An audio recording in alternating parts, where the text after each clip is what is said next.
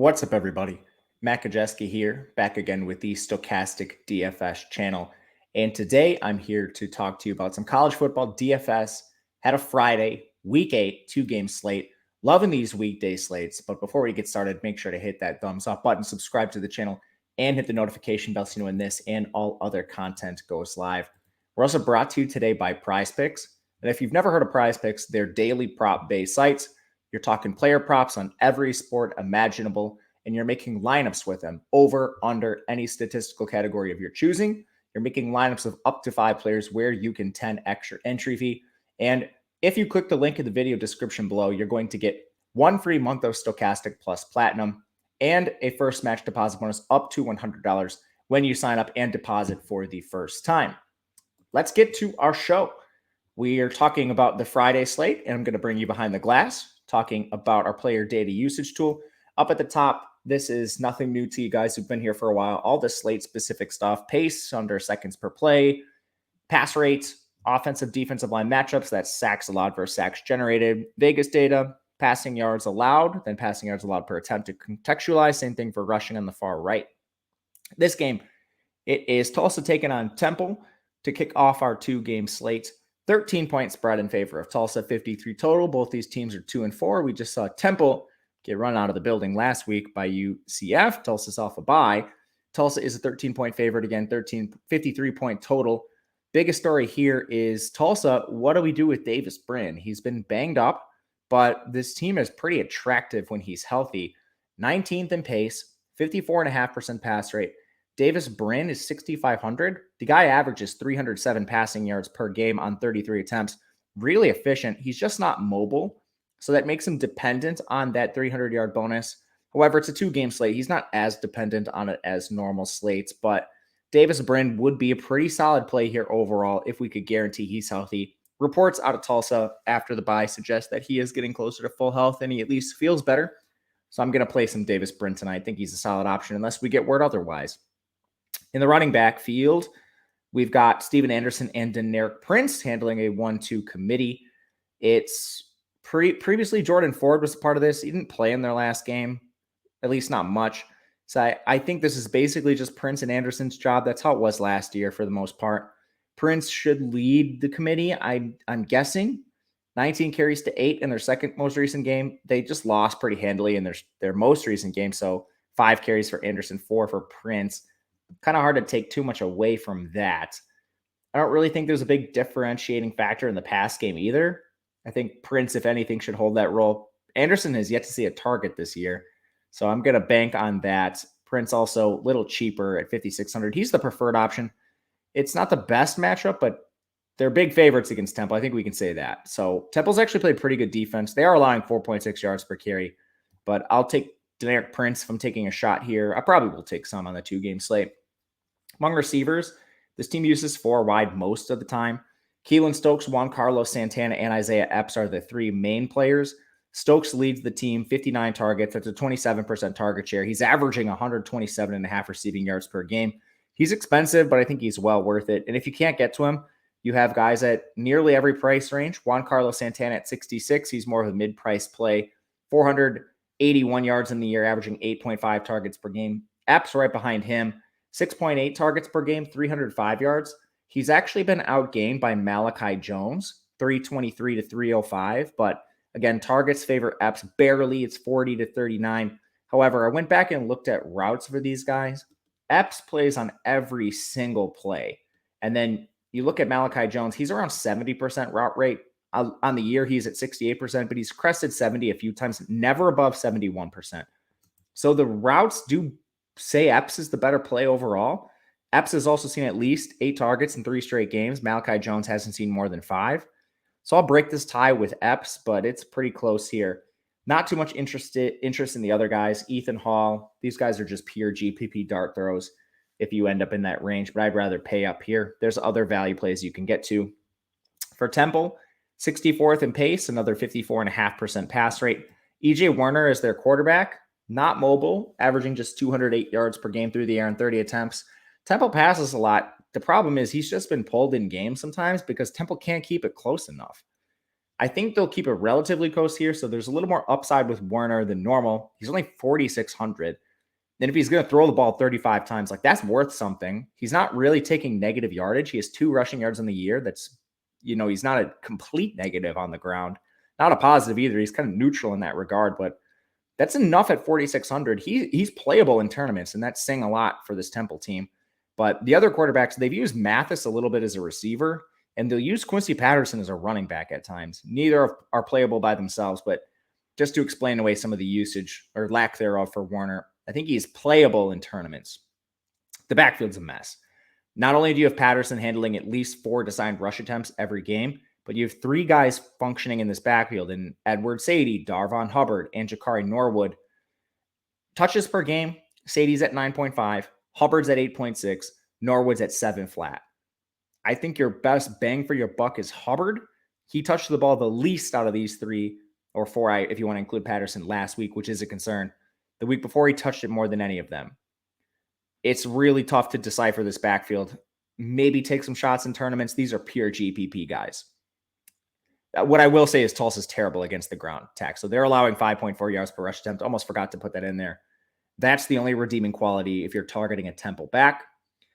Receivers, they did not play with Ian Stewart last week, which he's their wide receiver 3. Let's talk about him after we talk about the top 2. Jose Barbin and Adonicus Sanders are the top options.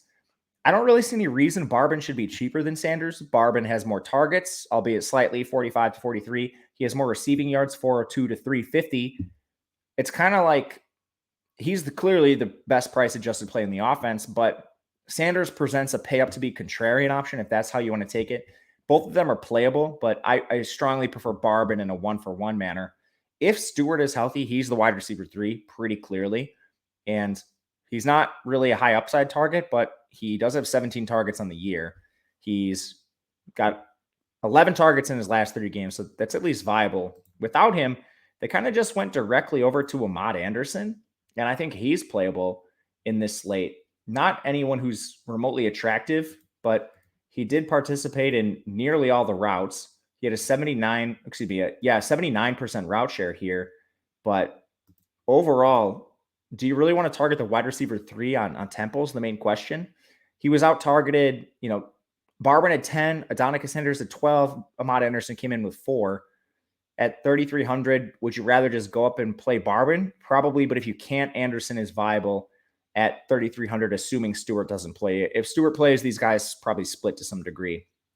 Tight end's a mess for this team. So last week, James Della Presca, 79% of the routes, which was brand new for him. He hadn't even been targeted on the year till that game. And Della Presca only saw 2 targets. Again, his only 2 targets this year. So why did that happen? Well, previously they had been using David Martin Robinson. He played in the game, didn't see a target, but was just benched, it seems like. This all could be a moot point if Jordan Smith returns. Jordan Smith was the tight end 1 before he got injured. He's questionable for this game, and he was actually fairly involved in the pass game. 12 targets on the year. He missed their last game entirely, so he's a name to watch. Overall, you're probably just fading the tight ends. I would rank them Jordan Smith 1 if active, Della Prescott 2 if Jordan Smith is out, but no real feel here. It's a volatile situation. Second game, UAB Western Kentucky, 2 drastically different offenses, 2.5 point spread in favor of Western Kentucky. That's moving quickly. I've seen 1.5 in some spots. UAB taking money, 58 total overall. UAB is extremely slow. They're 126th in pace, 35% pass rate. Almost the polar opposite of Western Kentucky, who we'll talk about in a second. But with such a heavy run rate, with so few pass attempts, Dylan Hopkins, their quarterback, has been efficient. He's averaging 195 yards per game through the air on just 20.5 attempts. He is mobile too, 109 rushing yards. I just have real questions with the ceiling. What is it going to take for Dylan Hopkins to get to a ceiling performance here? Now he's 5,100, so he's priced accordingly. But I think the top 2 signal callers on this slate are Austin Reed, who we've yet to talk about, and Davis Brin, with EJ Warner and Dylan Hopkins being your GPP pivots if you want to go that route. But Western Kentucky's played good defense overall. I do still have some questions based on level of competition, but ultimately we know Dylan Hopkins is not the engine of the offense. He's more of a game manager. They use Dwayne McBride like crazy.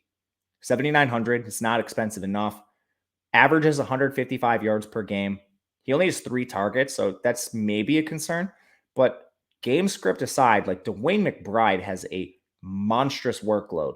In 3 of the last 4 games, he's carried the ball 28 times. Unbelievable work for Dwayne McBride. You're probably just locking him in.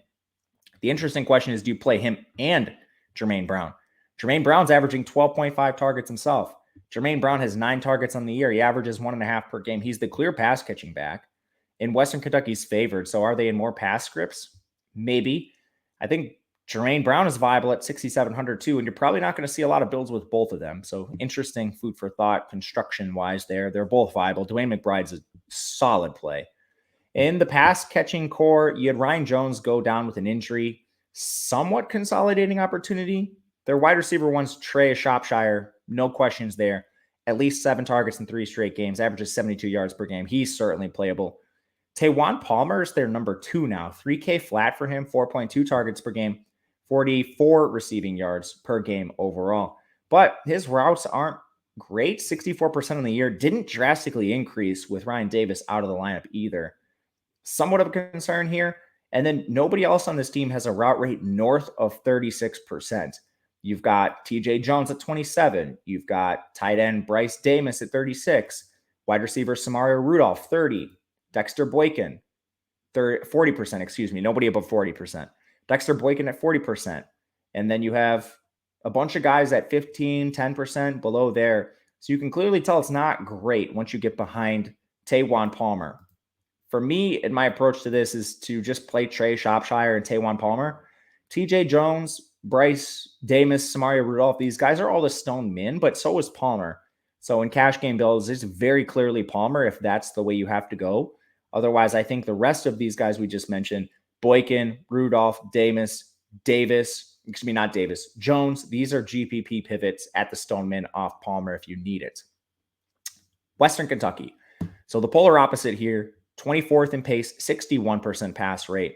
They haven't faced really tough competition, and they're facing by far the most difficult pass defense they've faced all year. UAB's second in the country in pass defense, and they've played some good teams. Austin Reed's still going to have volume, which makes him a good play. He's averaging 334 yards. Even if that regresses, he's still falling back on 43 attempts per game. Also mobile, 151 yards there. He's just the single best quarterback on the slate, volume-wise, regardless of efficiency. He's a really good play. In the backfield, it's a two-way timeshare for the most part. Jakari Moses had been a part of this, but they've kind of phased him out in favor of Kai Robichaud and Davion Irving Poindexter. These guys essentially have the same workload. At least recently, they're kind of ping-ponging back and forth in terms of usage, but on the year, Robichaud is far more efficient, 6.7 yards per carry. Davion Irving Poindexter is right around 3 yards per carry, but they've refused to give Robichaud all the work. Robichaud does average more touches, 12.3 per game, to 8.4 for Davion Irving Poindexter, and he actually out-touched him last week.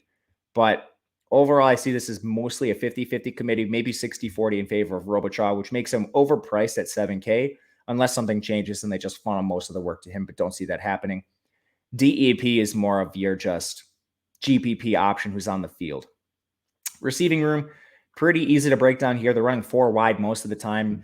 Dawood Davis is, for some reason or another, cheaper than Malachi Corley by a lot. 6K for Davis, Corley 7.6. I don't understand why. Davis has more targets, 62 to 57, and more receiving yards, 601 to 520. If you're just isolating one of them, Davis, just lock it in. If you're playing tournaments, Corley offers the easy GPP pivot here, but you can also play them both. That's an option here too. Both phenomenal receivers. The wide receiver 3 is Jalen Hall. He's been out-targeted by Michael Matheson by just 1. It's 42 to 41.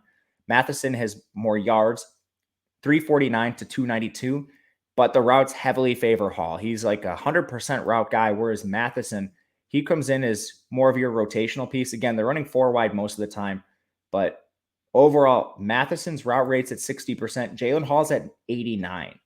So I think Hall is the straight-up better play, even though he hasn't seen quite as much, but there is price to factor in here too. Matheson's at 4.3K. He's probably your premier value play on this slate, as long as you're talking in that 4.5K or under range. We'll be playing a lot of Matheson. Everyone else, timeshare, Dalvin Smith rotating in, tight end Joshua Simon, tight end Joey Belgian, all just pure pivots near the stone min, but I'm not sure you need them. But that'll do it for today's slate, or I should say Friday's slate. If you guys have questions, leave a comment, hit the thumbs up button on the way out. Let me know what you think of the video, the plays, the breakdowns. Would love to hear it. And if you'd like to reach out, I'm on Twitter at Matt_Gajewski. Otherwise, we'll be back tomorrow with a full main slate breakdown, Saturday, week 8. Make sure to check that out. Until then, good luck, everybody. We'll see you again next time.